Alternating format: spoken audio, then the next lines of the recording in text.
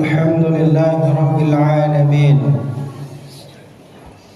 الحمد لله الذي أرسل رسوله بالهدى ودين الحق ليظهره على الدين كله وكفى بالله شهيدا. أشهد أن لا إله إلا الله وحده لا شريك له وأشهد أن محمدا عبده ورسوله. اللهم صل وسلم وبارك على نبينا محمد وعلى آله وصحبه أجمعين، أما بعد. فيا عباد الله، أوصيني وإياكم بتقوى الله وطاعته لعلكم ترحمون. وقال الله تعالى في القرآن الكريم: أعوذ بالله من الشيطان الرجيم، يا أيها الذين آمنوا اتقوا الله حق تقاته ولا تموتن إلا وأنتم مسلمون. قال الله تعالى أيضا: أعوذ بالله من الشيطان الرجيم، بسم الله الرحمن الرحيم، إنا أعطيناك الكوثر وصلي لربك وانحر إن شانئك هو الأبتر. صدق الله العظيم. Ma'asyiral muslimin wa zumratul mu'minin, saudara-saudara para jamaah salat Jumat yang dirahmati Allah Subhanahu wa taala, tak bosan-bosannya kita mengucapkan puji syukur alhamdulillah rabbil alamin. Segala puji dan syukur hanya kepada Allah, Tuhan semesta alam. Allah Subhanahu wa taala telah memberikan kepada kita begitu banyak nikmat dan karunia sehingga kita dapat melaksanakan ibadah kepada Allah Subhanahu wa taala dengan sepenuh hati. Mudah-mudahan ibadah yang kita lakukan hendaknya diterima di sisi Allah Subhanahu wa taala. Salawat dan salam tak lupa-lupanya kita ucapkan Allahumma salli wa sallim wa barik ala Muhammad wa ala ali Muhammad. Mudah-mudahan kita semuanya termasuk di antara umat yang dicintai Rasulullah dan kemudian kita mendapatkan syafaat pertolongannya pada hari kiamat nanti. Amin ya rabbal alamin. Ma'asyiral muslimin, ibu, bapak-bapak, saudara-saudara yang dirahmati Allah Subhanahu wa taala, melalui mimbar ini khatib mengajak kepada kita semua, marilah kita senantiasa tingkatkan iman dan takwa kita kepada Allah Subhanahu wa taala. Dengan sepenuh hati, segenap jiwa kita berupaya meningkatkan ibadah kita kepada Allah Subhanahu wa taala, dan kemudian berupaya untuk meninggalkan apa-apa yang dimurka dan dilarang oleh Allah Subhanahu wa taala. Saudara-saudara, pada kesempatan hari ini khatib ingin menyampaikan khutbah terkait dengan makna sebuah pengorbanan dan nilai-nilai yang terkandung di dalamnya.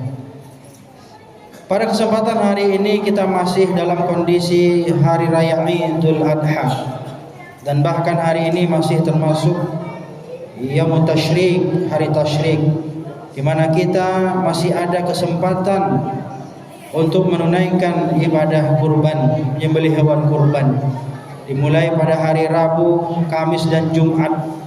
Dan mudah-mudahan siapapun yang telah berkurban dan seberapapun kontribusi kita, upaya kita untuk melaksanakan ibadah kepada Allah Subhanahu wa taala, khususnya ibadah kurban, dapatlah hendaknya diterima di sisi Allah Subhanahu wa taala.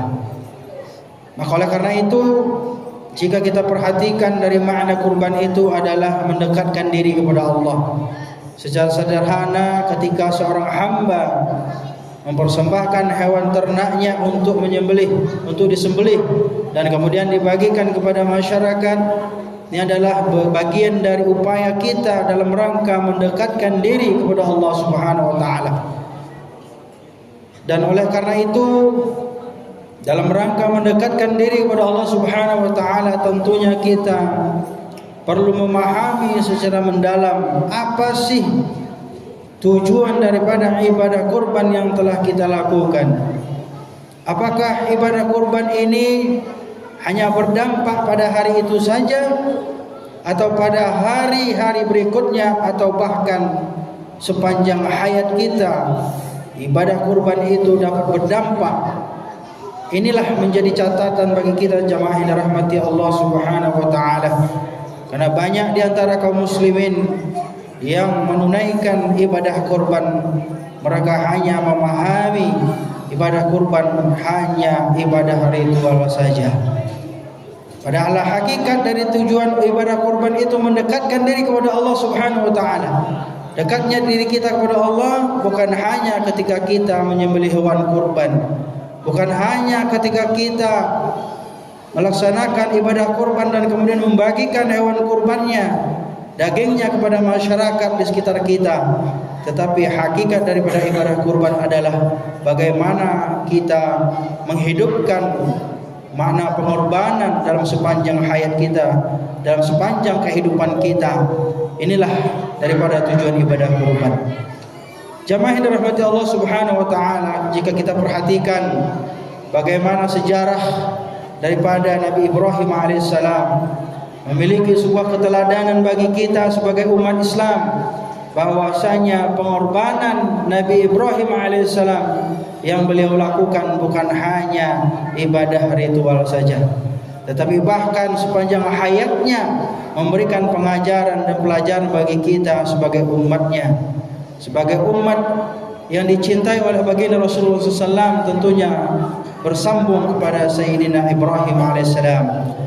Jamaah yang dirahmati Allah Subhanahu wa taala, maka orang-orang yang diberikan kemampuan oleh Allah Subhanahu wa taala secara finansial, memiliki kemampuan secara ekonomi, kelebihan dari rezekinya, maka mereka diperintahkan oleh Allah Subhanahu wa taala untuk menyembelih hewan kurban.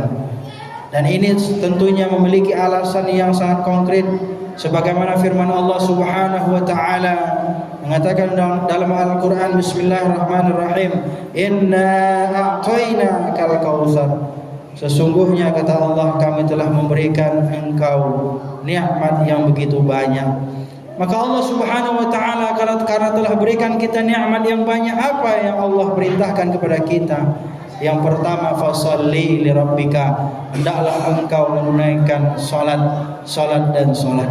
Ini adalah perintah yang pertama ketika Allah Subhanahu wa taala mengkaruniakan nikmat kepada kita yang begitu banyak, sehingga kita diperintahkan oleh Allah Subhanahu wa taala untuk menyembahnya, untuk mengabdi kepadanya sebagai bentuk rasa syukur kepada Allah Subhanahu wa taala.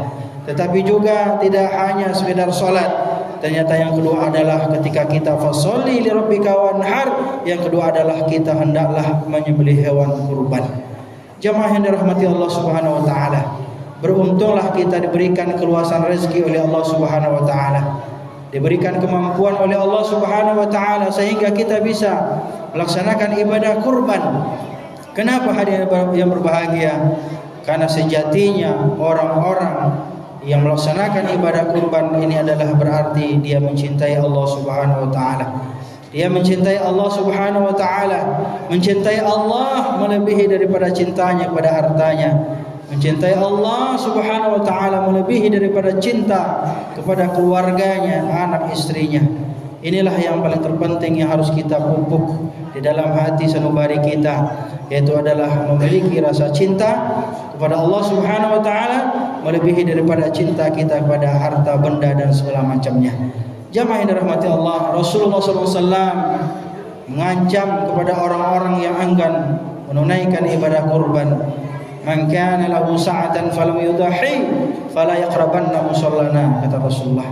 Barang siapa di antara kita umat Islam yang diberikan kemampuan secara finansial, rezeki yang cukup dan bahkan berlebih-lebih, maka ketika kita tidak mau mengeluarkan sedikit atau sebahagiannya untuk menyembelih hewan kurban, maka ingatlah kata Rasulullah, fala yaqrabanna musallana, jangan engkau mendekati tempat salat kami. Ini adalah merupakan peringatan dari baginda Rasulullah sallallahu alaihi wasallam bagi orang-orang yang diberikan kemampuan secara finansial, kemampuan secara ekonomi, kemapanan dalam kehidupannya, harta yang dimilikinya, ketika mereka enggan untuk mengeluarkan sebahagian hartanya untuk melaksanakan ibadah kurban, maka sungguh bukan hanya Allah Subhanahu wa taala yang marah, yang murka, tetapi juga termasuk pada Rasulullah sallallahu alaihi wasallam murka kepada orang-orang, dan bahkan Rasulullah mengancam kepada kita, jangan engkau mendekati tempat sholat kami. Artinya apa? Rasulullah sallallahu alaihi wasallam secara otomatis tidak mengakui kita sebagai umatnya, orang-orang yang diberikan kemampuan secara finansial, tetapi mereka tidak mau menunaikan ibadah kurban. Jamaah yang dirahmati Allah Subhanahu wa taala, maka ada nilai-nilai sosial yang terdapat dalam ibadah kurban. Yang pertama adalah bahwasanya ibadah kurban mengajarkan kepada kita saling mencintai, saling menyayangi di antara kita.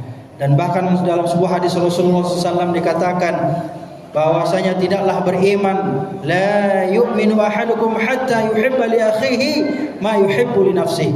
Tidaklah beriman di antara kalian, kata Rasulullah, sehingga dia mencintai saudaranya sebagaimana dia mencintai dirinya sendiri. Ibadah kurban mengajarkan kepada kita agar kita rela berkurban, kita rela berbagi dengan sesama kita, kita rela mengeluarkan apa yang kita cintai, apa yang kita senangi. Justru itu membuat ibadah kita diterima oleh Allah Subhanahu wa taala. Karena sejatinya Allah Subhanahu wa taala adalah Tuhan yang baik, maka Dia tidak akan menerima kecuali sesuatu yang baik. Mudah-mudahan ibadah kurban yang telah kita lakukan, dan bahkan mungkin masih ada yang ingin melakukan, insya Allah semuanya diterima di sisi Allah Subhanahu wa taala. Maka kasih dan sayang perlu kita buktikan dengan kita berbagi dengan saudara-saudara kita. Dan berbagi dengan saudara-saudara kita tidaklah hanya ketika hari raya Idul Kurban saja, tetapi juga harus kita implementasikan, harus kita praktekkan dalam setiap hari kita, bahkan sepanjang hidup kita senantiasa kita berbagi dengan saudara-saudara kita.